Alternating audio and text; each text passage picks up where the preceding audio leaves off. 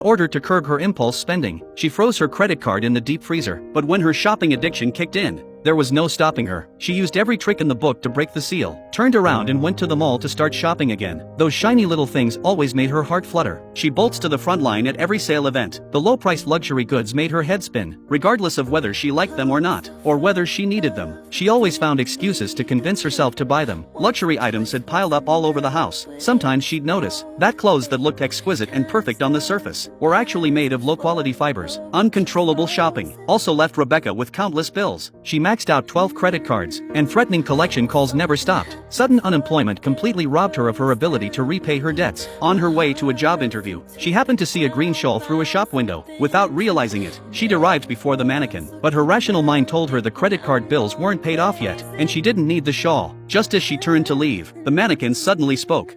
Then again, who needs a scarf? The point about this scarf is that it would become part of a definition of your psyche. It would make your eyes look bigger. It would make my haircut look more expensive. You'd wear it with everything. It would be an investment. You would walk into that Alette interview confident Confident. and poised. Poised.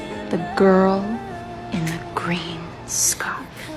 Rebecca couldn't resist the temptation. The shawl cost $120 in total. She paid part of it in cash, and used her credit card for the rest. But even after using all 12 of her credit cards, she still couldn't cover the full amount. For the sake of the shawl, Rebecca went to a small stall outside the store to ask the vendor for a $20 loan. But the vendor was a businessman, not a banker. To get the cash, she played the sympathy card, saying she needed to buy a shawl for her dying aunt, and promising to buy all the hot dogs in the future. You'll take 97 hot dogs? Done. Just as she was about to write an IOU, a customer nearby gave her $20. He then spent $3 to buy the hot dog. The man did this simply to ensure he could buy the hot dogs he wanted. You want your scarf? I want my hot dog. Cost and worth are very different things.